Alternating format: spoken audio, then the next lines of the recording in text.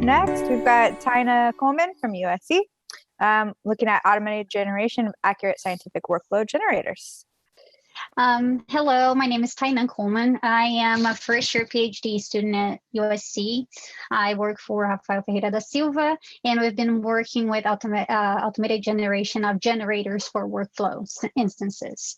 So workflows are getting more complex, and real workflow instances cover only a limited number of scenarios. So the need of synthetic instances that can explore other scenarios came up into the market, and that's how we developed the Workflow Hub, which is a previous tool that we've been using. It was a great tool, but the catch is that it was manually configured for a specific amount of recipes that we had access to. So the table show the applications we had access to the instances, and those are the recipes that we had stored in order to create synthetic instances of those. So if you enter your own recipe or your own workflow in there, it wouldn't work because you would have to customize our tool to work for your own workflow. With that motivation, we start exploring ways to automatically create a tool that it's going to detect the structures of the DAGs of the workflows and make these instances completely automatic with no need to customize the user customizing anything on the tool unless they want it. So yes, before on Workflow Hub, we didn't have this new component, which is WfChef, and we introduced right now in our framework. Now it's called WfCommons. I'm going to explain my part of the tool, which is the WfChef, my component. WfChef has as input real workflow instances that come from the previous box on Workflow WfCommons, and the desired instance size of number of tasks that the user wants. So the user is gonna say, oh, we have a samples of like 1,000, 2,000, and I want a sample of 10,000. So that's what I'm gonna get as an instance, as an input. Then the tool is gonna analyze the instances available as samples, and we're gonna record the common patterns that finds on those samples of real workflow and saves tons of metadata, so I can rebuild the patterns and create a bigger workflow instance. We developed this concept called Typehash to determine what patterns are the same patterns in the DAGs. So Typehash is it's a hash for each of the tasks in the workflow that depends on the hashes of the parents and their children and the type of computation that the node is performing. It's a complex concept that we developed and a heuristic, but it's very useful and came in handy on the detection of those patterns. So we have several steps that we do to detect those patterns and to replicate the patterns in order to create a bigger instances of the workflows. And the first one, it's an algorithm that we developed called find pattern. And in order to find a recurrent pattern in a workflow instance, we start by choosing two siblings that have the same type hash. And we go one level up and one level down every round. So in this case, we'll start on the two purple ones, and we'll go one level up to the red one and one level down to the blue and the light blue. So I kind of see it as a spread out of signals, right? So you start on the two nodes and you spread your signal out, one level up, one level down every round. And as soon as the signals meet on both sides, that returns the pattern. So what happens next is I mark as visited where I started. And when I went one level up, my signal's already met. So I mark that node as shared and I keep going down. And I do the same thing for the next round. Mark them visit, go down. I don't go up anymore. Well, that case because there was a root, but even if it wasn't root, since we found a shared node, we stop right there and just keep going down until they meet. And there you go. So we met on the shared node, and that's when the algorithm is going to return the pattern that was found. You can go next. So those are two occurrences of the same pattern in that workflow. We do that for all the workflow samples available. So in this case was the size, but I might have different sizes of different samples of workflows available. So I record the patterns found, and I also record the frequency on which they show up in each of the samples. So a little catch is that although those two nodes have the same type, therefore they do the same type of computation, they do not have the same type hash, because if you look, their parents are not the same. The second green one has an extra parent, so that wouldn't qualify. And that's how the type hash comes in handy when returning the same, returning the patterns that we found, because you could think that the pattern that is attached to the light green one would be the same one as the first one, but it's not, because they have different parents. Yeah, so therefore they're not the same. They're not occurrences of the same pattern. So once that's all done and I analyze all the samples I have and I keep all the record, it's time to grow the workflow until to the size of the instance that the user wants. And to do that, we replicate and generate. So replicating is really simple. We just copy the relationships in between the pattern, inside the pattern. So we make copies of the nodes and their computations and their edges, and then we attach them to the parent and the children of the original pattern. Those are not patterns, even though they show up several times in the same instance and in all of the instances, and the algorithm detects them as not patterns because they cannot be replicated by themselves.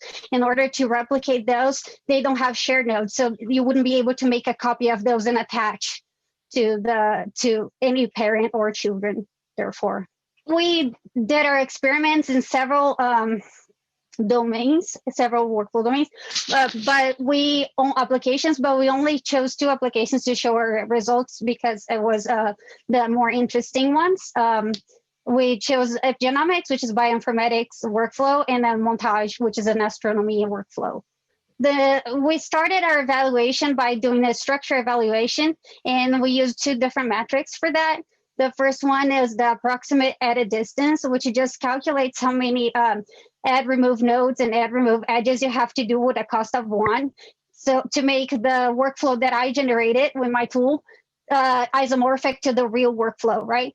And in this case, we analyze 3 different tools. So we have Workflow Generator, which is an older version of the generator that we used, I think from 2014, if I'm not mistaken. Workflow Hub, which is the manually implemented one that we've been using, and WfChef, which is my new tool. In general, WfChef performed very satisfactory. The only times that it didn't, we noticed, is because the way that we performed the experiments is we used as samples to detect the patterns the workflow instances that were smaller than the one that we are evaluating. So for example, in order to generate a 127 task workflow, we were using 75 and 121 as a basis for the analysis, which happens that for epigenomics, for example, when you do that, there is a certain size of epigenomics instances that it actually shows up a different pattern. So from 121, you might not have that pattern, and in 127, you have the pattern. So when that happens, the tool doesn't know what to do with that pattern because they haven't seen it before, and that's where we get a little lower performance. But in general, as soon as you offer all the patterns available, the tool is very satisfactory. We also used Typehash frequency, which is just error, mean square error, to calculate what's the difference in the frequencies of the type hashes that show on my synthetic version and on the real version of the workflow. And we did it for the 3 tools. Then to evaluate accuracy, we simulated this workflows, the synthetic instances in at Ranch, using Ranch, which is a tool already developed by Rafael before.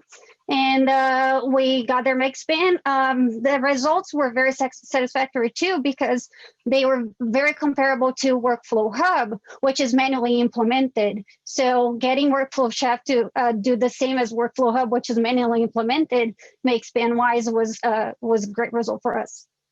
And lastly, our second metric was just to calculate the error on the start time of each task for the synthetic instances and compared to the real one. And again, same results from previous. Was very comparable to Workflow Hub, and we're very happy with the results. As future work, we're just working on developing this new little box for WfCommons, which is going to be called WfBirth for now. And then we're going to try to discover new patterns, do some performance analysis to try and define a benchmark. And that's it. Thank you so much. Any questions? Yes, I have a couple of questions. First of all, great talk. Thanks. And so about the Typehash idea, which is, by the way, also very interesting. So do you think you can have some issue if you scale up a lot? So let's say you have a huge workflow with like a huge number of tasks and so a huge number of patterns, probably. First of all, you might have some collision, but you can deal with that probably. But like, how do you think you can like identify, like, let's say you have two patterns that are very similar. Do you think the hash will be also different, or you will have to deal with some weird edge cases when you have like a pattern with like, let's say 1,000 tasks and a pattern with 1,001 task, how the hash will be different? So the interesting part is I did work with a bunch of sizes, right? So the Typehash concept worked for all of them, and I was very happy about that. But it's simply because we calculate, it depends on three things, right? We calculate the top-down hash first. So you start by the root, and then you calculate a hash for the root. And then the children has the root's hash embedded. So it kind of like you're embedding the structure as you go on the hashes, right? So you do top-down first, and then you do a bottom-up, and then you combine the two of them using the type of the task that you're analyzing at that time. And the type, as I mean, is the computational task that it's going to portray. So you get the type, and you get the top-down hash, and you get the bottom-up hash, and you create the type hash. So it has a lot of information already in that one node. So I haven't experienced any kind of conflicts. It worked very well for me. I don't know, like if you really like scale up, it's going to have some edge cases. I haven't experimented anything like that yet. Okay, so I misunderstood. I didn't realize you were going top down and bottom up with the same hash. So yeah, that's a great idea actually. And next question is like, it looks very, like the task you are trying to solve looks very well suited for a machine learning kind of approach. So do you think you could explore that as well, or you will focus on a more traditional with big code approach? Right. So yes, the problem with the machine learning approach is that we don't have enough samples. So I've been working with like 4 or 5 samples of each application, which wouldn't be enough to get good results from a machine learning approach. And my approach is very fast in a way, you know, it doesn't require a lot of computation. So, and a lot of the steps are pre-computed too. Once you find the patterns for that certain application, you don't have to compute them again if you introduce a new instance. Let's say you want a 1,000 task instance of the epigenome, and you can create 1,000, and you can create 2,000 and 3,000 without pre-computing the pattern part. So there is a lot of time saved on that approach. So I'm very happy with the approach right now, but I'm totally open for, you know, just exploring new approaches and see which one works best. Yeah, and now you can create a lot of data. So you could feed some ML stuff. That's no, right. that's great. Thanks a lot. Thank you. Yeah. So have you run your workflow and your algorithm on any workflows where the structure is more unbalanced? So all of the workflows that you have shown are more somewhat symmetric, right? But have you tried on any workflows which are like a tree, heavily balanced towards one side and sort of tends to recurse deeper and deeper on one side? Right. Yes, I did. So in fact, the pictures that I put up from epigenomics, it looked a little balanced, but the samples that I had, they weren't as nice as that one. So at some points I have like two branches where one side of the workflow had like 2 strands and then the other side had 50. So in order to address that and make a more balanced instance when someone wants a bigger instance of the application, I developed this. It's just a simple distribution. When I find the patterns, I also find how many times they show up for each sample and how big of a sample that was analyzed in. So let's say for a 50 node sample, I have that pattern showing up 3 times. For 100, I have that pattern showing up 5 times, so on and so forth, right? So I create a little distribution that I randomly sample from it when I'm trying to replicate my patterns. So it creates a more balanced approach to it.